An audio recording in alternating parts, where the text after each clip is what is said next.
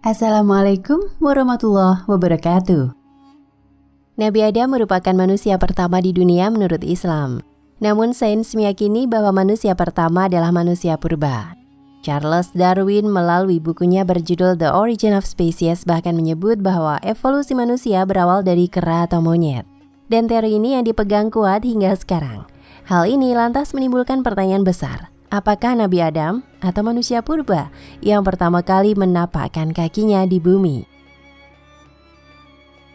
Ustadz Abdul Somad mengatakan Nabi Adam alaihi salam merupakan manusia pertama yang diciptakan oleh Allah Subhanahu wa taala. UAS menyatakan Nabi Adam alaihi salam memiliki tinggi sekitar 60 hasta atau 30 meter. Jadi sangat tinggi dibandingkan manusia zaman sekarang. Dia pun menjelaskan bahwa era manusia purba itu jutaan tahun yang lalu, sedangkan era zaman Nabi Adam alaihi salam ke Nabi Muhammad sallallahu alaihi wasallam tidak sampai jutaan tahun. Maka kita sebagai orang beriman meyakini bahwa manusia pertama adalah Nabi Adam. Kita manusia bukan bentuk evolusi dari kera atau monyet, seperti teori Charles Darwin, ujar UAS. Menurutnya dalam teori evolusi Charles Darwin ada sesuatu yang tidak masuk akal, yaitu perihal dunia ini berasal dari air dan semua makhluknya naik ke darat lalu berubah bentuk. Kemudian sambungnya, ikan naik ke darat dan naik ke atas pohon kemudian berbulu menjadi monyet lalu berubah lagi jadi manusia. Kalau monyet berevolusi lalu sudah menjadi manusia, mengapa tidak berevolusi lagi? Tandas UAS. Dia menegaskan manusia adalah makhluk berdiri sendiri.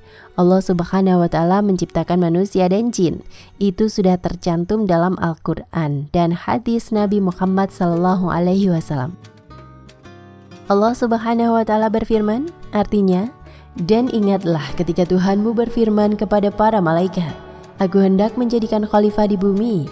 Mereka berkata, apakah engkau hendak menjadikan orang yang merusak dan menumpahkan darah di sana? Sedangkan kami bertasbih memujimu dan menyucikan namamu." Dia berfirman, sungguh aku mengetahui apa yang tidak kamu ketahui. Quran Surat Al-Baqarah ayat 30. Kemudian Allah Subhanahu wa taala juga berfirman, artinya, ingatlah ketika Tuhanmu berfirman kepada malaikat, sesungguhnya aku akan menciptakan manusia dari tanah.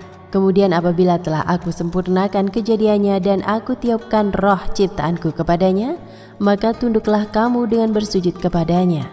Lalu para malaikat itu bersujud semuanya kecuali iblis.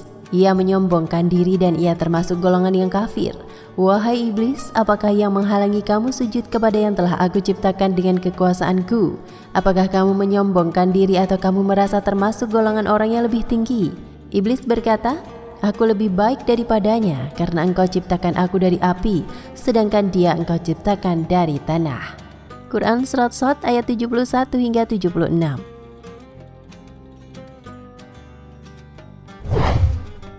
Kendati demikian, Al-Quran mengisyaratkan bahwa sebelum manusia telah ada makhluk lain yang hidup di muka bumi.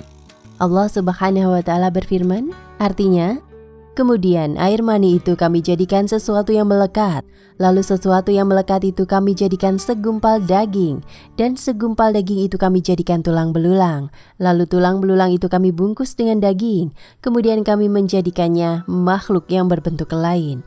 Maha suci Allah pencipta yang paling baik. Quran Surat Al-Mu'minun ayat 14.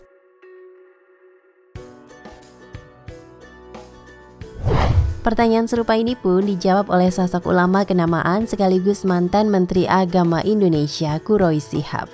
Al-Quran menceritakan tentang kejadian manusia, namun Al-Quran juga menceritakan bahwa sebelum ada kejadian manusia atau Adam, sudah ada makhluk-makhluk lain.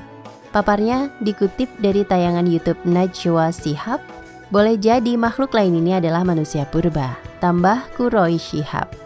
Quroi Shihab lantas menyebut Al-Quran memang tidak menjelaskan secara rinci, hanya mengatakan Adam diciptakan dari tanah, kemudian ada proses, dan pada akhirnya dihembuskan ruh, maka jadilah ia manusia. Lebih lanjut menurutnya, ada proses yang panjang selama pembentukan manusia. Ayah dari Najwa Shihab itu mengibaratkan alfabet A sampai Z, mulai dari manusia diciptakan dari tanah hingga manusia dihembuskan roh. Al-Quran hanya menceritakan A dari tanah dan menceritakan Z dihembuskan ruh.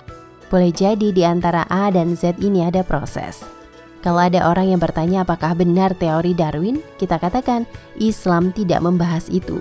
Sebab itu bidang ilmu lain. Tetapi kalau ilmu bisa membuktikannya, maka itu tidak bertentangan dengan agama. Terangnya. Wallahu a'lam bishawab. Nah pemirsa Ensiklopedia Al-Fatih, sampai di sini perjumpaan kita kali ini. Semoga menginspirasi.